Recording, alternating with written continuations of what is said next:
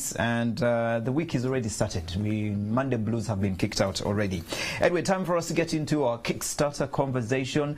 And the second inter-party organization for dialogue, IPOD Summit, finally happened last evening, should we say last night, after hours of waiting. The meeting that was slated to start at 9 a.m. in Entebbe kicked off after 7 p.m.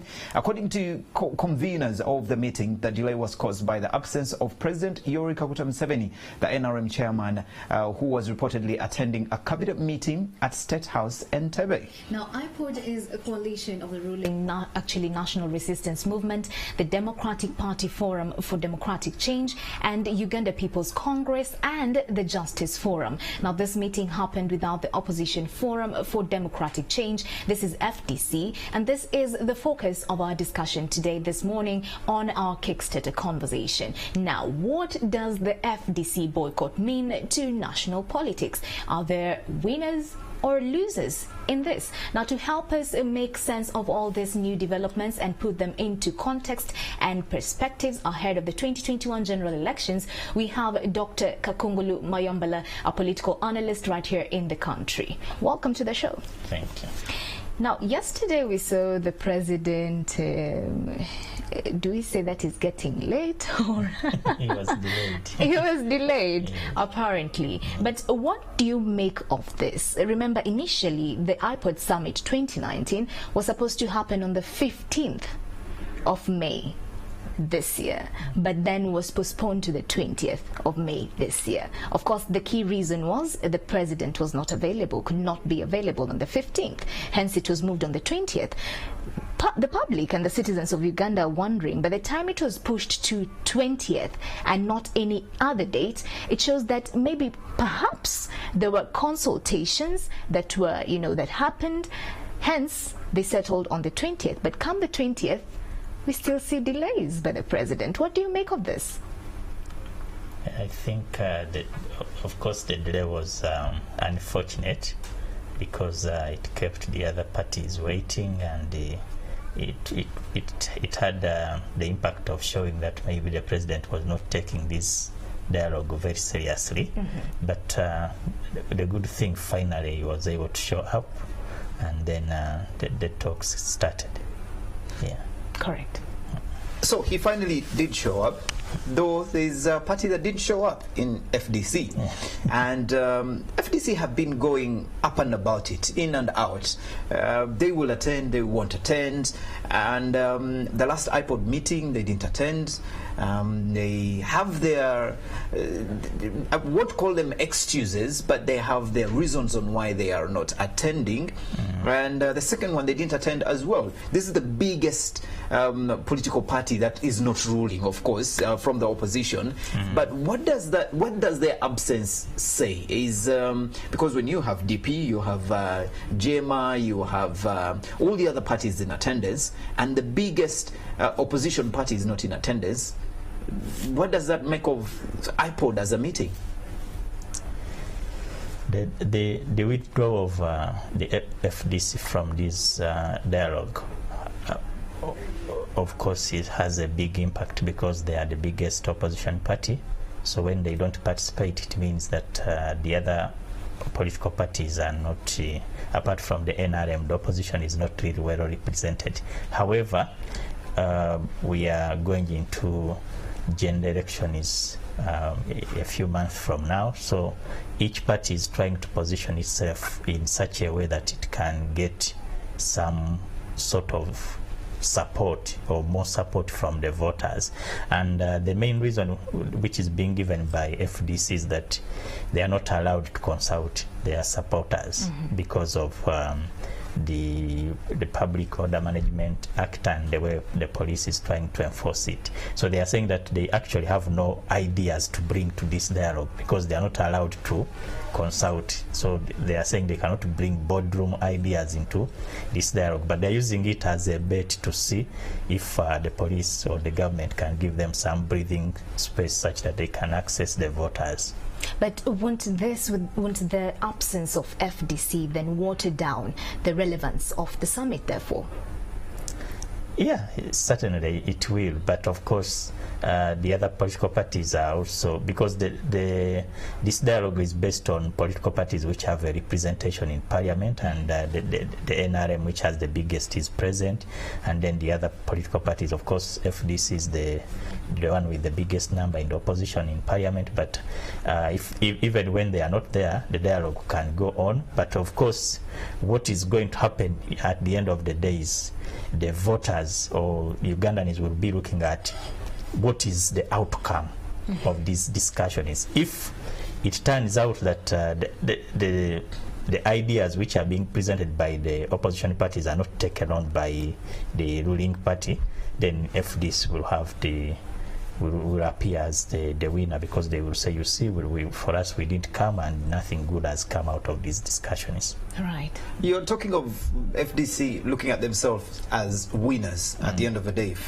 Nothing comes out of these meetings. Yes. But let's take a look at a situation where there is actually something tangible that comes out of these meetings. Where is FDC left? What position do they have now?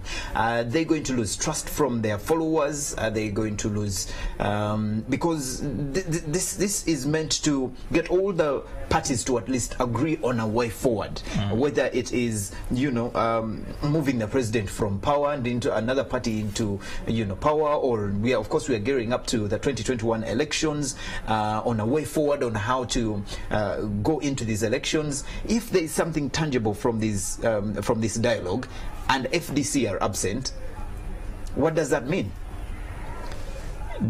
You see, there are two things here, or three. The first one is that FDC is trying to avoid being overtaken by any other party as the biggest opposition political party. So they have to keep on posturing in such a way that they maintain their status as the biggest opposition party.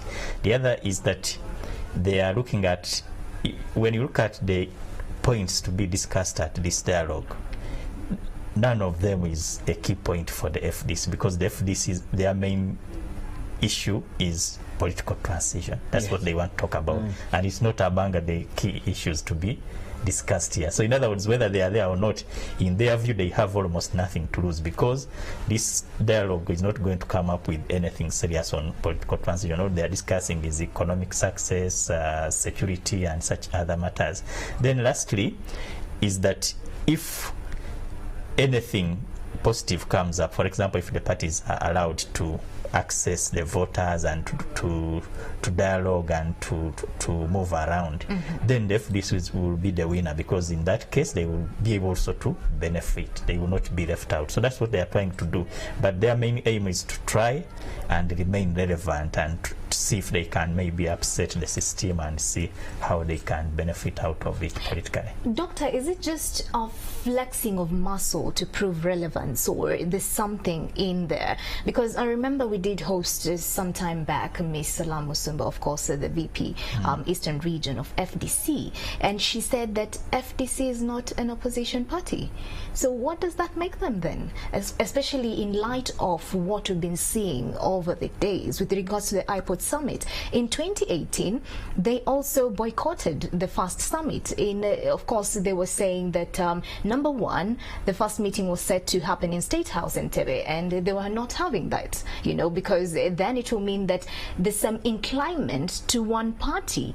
Two, they were also saying that the agenda of the first summit was not clearly articulated. They didn't know what they were going there to do. So what could this be in hindsight, seeing the articulations, them saying that, hey, we ain't an opposition party, and all these other things? Does it mean, how come it's only them who are seeing something wrong to do with the summit?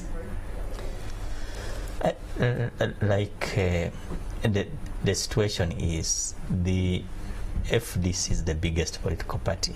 So remember at one time it was DP, UPC, mainly DP, who were the biggest opposition party. But somehow FDC came and overtook them. So they have to make sure that they struggle to remain the biggest opposition party, and in that way they have to be a bit selfish at times. But it is all their game that they try to make sure that they do things that keep them relevant, because what's happening, what they've done in terms of real political space is that they are bringing an alternative voice to the inter-party organization for dialogue.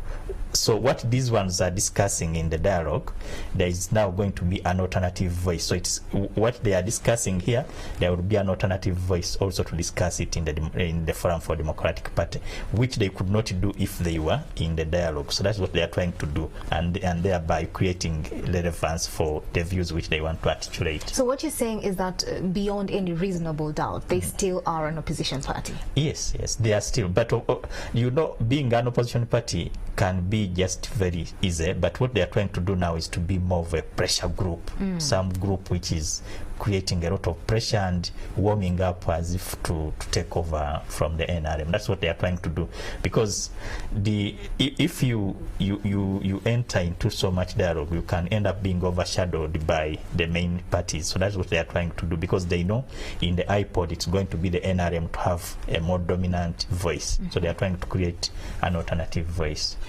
Talking of pressure groups, the biggest pressure group in the country right now, People Power, is not part of this dialogue or represented in any form or way. What does that say about the dialogue? Of course, People Power is not a party, it's just a pressure group, but do you think in this dialogue there should be space for a pressure group like People Power? Because let's be honest, we can't call them the biggest party in opposition, but they have the biggest force right now when it comes to putting pressure on the ruling party.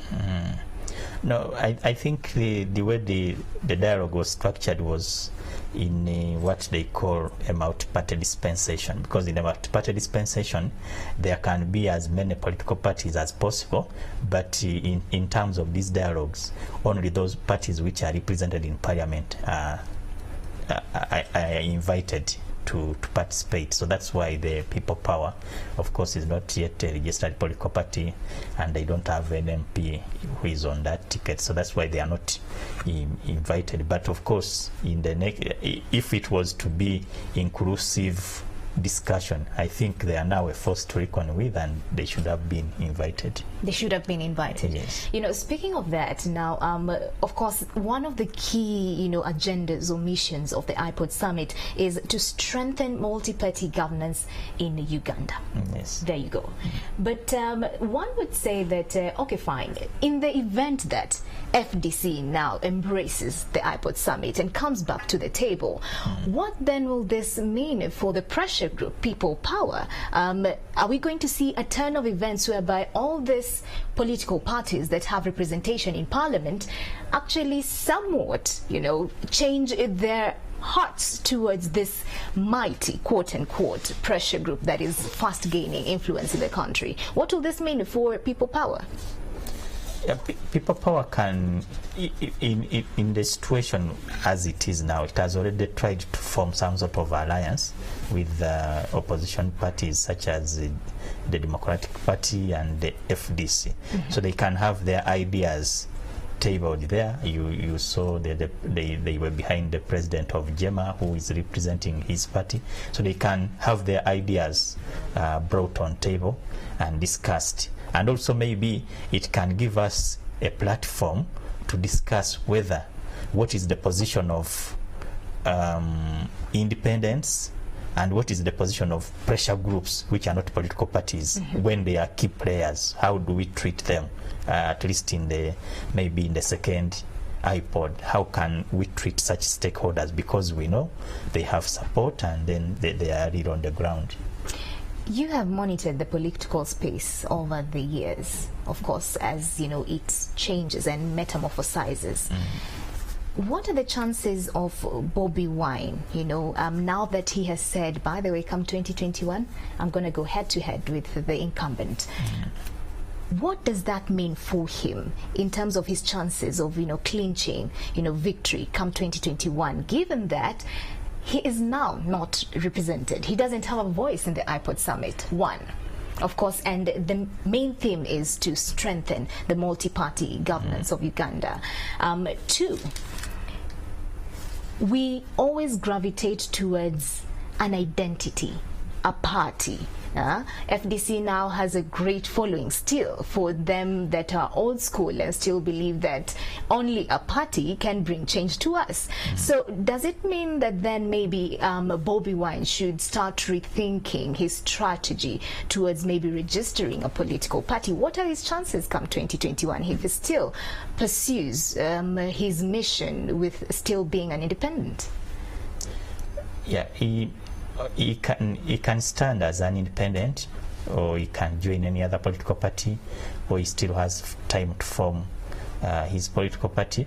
But if it's to be in the multi-party dispensation as we are going to be in 2021, it becomes very difficult for you to win an election when you don't have structures, because you need polling agents, you need contact offices to go on. So what is likely to happen for him if he doesn't organize so well is that they can easily send moles to come into his people power structures, and then you can get 100 votes, they sign off as 1 vote. So he has to be very careful of that, because you need a lot of organization, because this is going to be a national event, and so there is that kind of thing. But if it's taking over of power is, if he's anticipating a people-led revolution, that can easily happen without structures. But if you want multi-party politics, you really need the structures. So he has to see how to think of that. But also the other is that he may be desirous of just wanting to gain more fame as he prepares to come Will on the he national scene. Will him merging with, of course, there's been talks, so we've been seeing this in the papers, him going in talks with Dr. Kizza Besigye, and also with other, opposition bigwigs. Will him merging with this, bigwigs help him somewhat, if at all he decides, by the way, I'm not about registering a new political party? Yes, certainly it would help him, because one, he will have an opportunity to have a hands-on experience of what really happens, and then also make up his mind if this is something he really wants to go into, because he will see what it takes to manage a national campaign, and also see the practicabilities of what the structures mean when you are a candidate. The absence of Dr. Kizza Besigye, because he's not a party president, he's an independent, as far as we know, though he still claims to be part of FDC. Bobi Wine is another. Those are the two biggest pressure people in this country when it comes to the opposition. They're not part of the IPOD right now. Is this IPOD dissolving the idea of a one opposition come 2021? Because if you have Bobi Wine who is not in attendance, you have Dr. Kizza Besigye who is not in attendance, these are the biggest figures when it comes to opposition.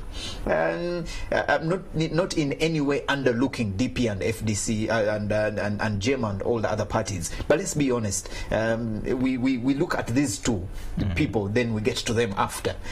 And now there is already a disagreement. FDC say we are not attending. Bobi Wine is not being represented. And these are the biggest personalities when it comes to the opposition. There has been an idea that has been fronted back and forth of one opposition come 2021. Does this IPOD sort of dissolve that idea? No, not really, because the IPOD is meant to streamline. Because this FDC, of course, is Dr. Kizza Besigye is in FDC, but FDC has pulled out of the dialogue for now, so that's a major setback. But certainly, their views can be represented by the other opposition parties, especially if they present them, they can be considered. So they are being taking not participating actively. Of course, casts the other parties which are there in bad light. They may be projected as if they are in bed now with the NRM party. That's also again like the posturing I talked about. So they are being cast in bad light. So their chances again, those other opposition parties and their presidents who are participating, their chances of winning or getting more political support gets minimal, and they are going to be overshadowed by the NRM. The last, as we wrap this up, IPOD discussion points. Their list doesn't include what the biggest point that opposition as a whole would want to discuss, and that is succession.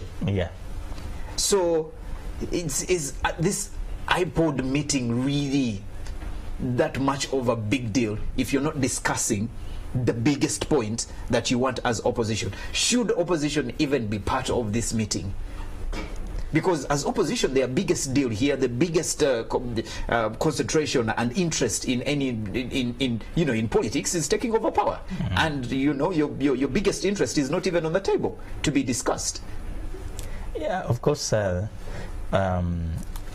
winning political support and the issue of succession has to be discussed, but then the NRM is not just going to hand over power to the opposition. So the opposition should struggle and see how to win more power. So, so that's what how to take over the leadership of the country. So they are not going to get it through a boardroom or the NRM saying, okay, we have been here for long, let us surrender to you. So that's something which they must, and I think that's what FDC has said. Instead of taking much time in the discussion, let us see if we can reach out to the voters and see how much support we can get. So this is not an issue which I think, because already President Museveni has been endorsed and he has told us that he's not about to go. So this is not an issue which could be discussed. With the turn of events in the political space, many are worried that now that you've been seeing the law being amended in piecemeal, the age limit is now out of question. We are no longer discussing it. It's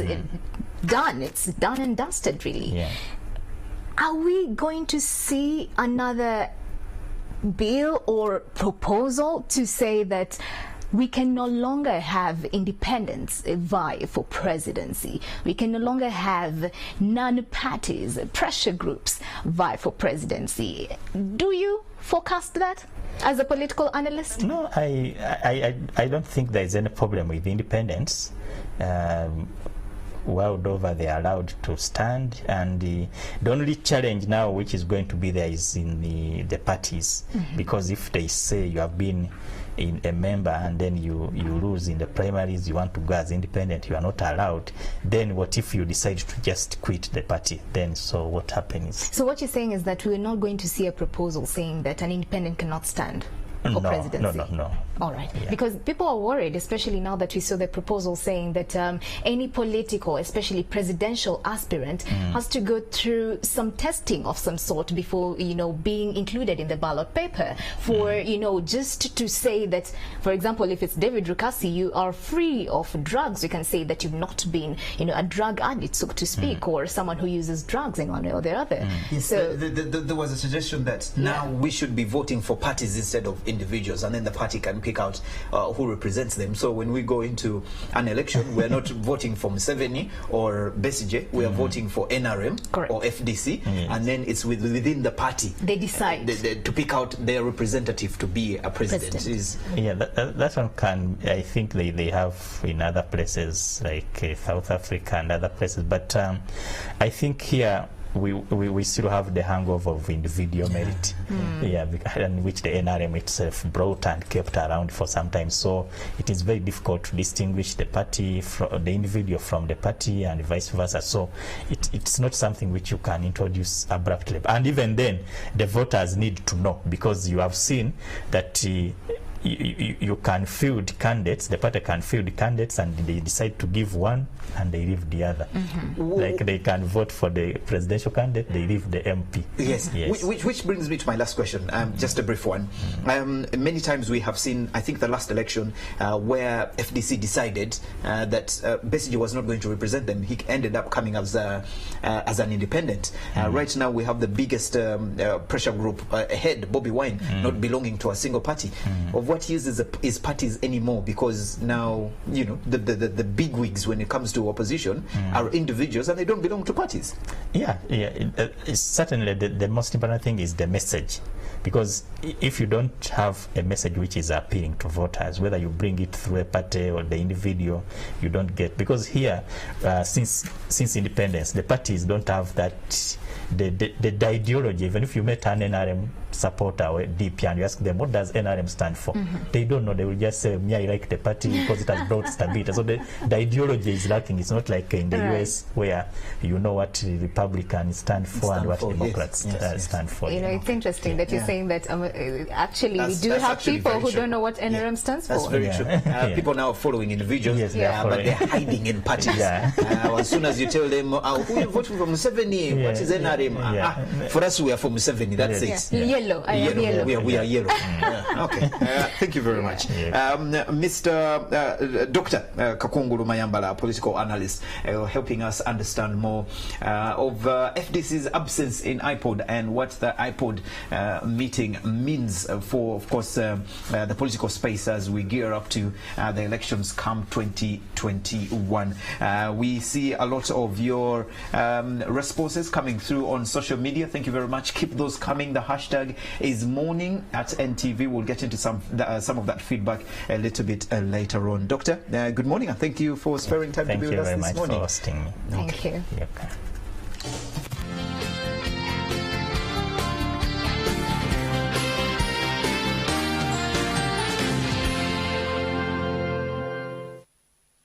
Sensitivity is a short, sharp pain that people experience when they have something hot or cold getting to the nerve of the tooth, causing that discomfort. If the sensitivity is left alone, it may get worse. Dentists recommend Sensodyne to their patients. It's able to get inside the tooth and calm the nerve of the tooth down, and the proof's in the results. It works.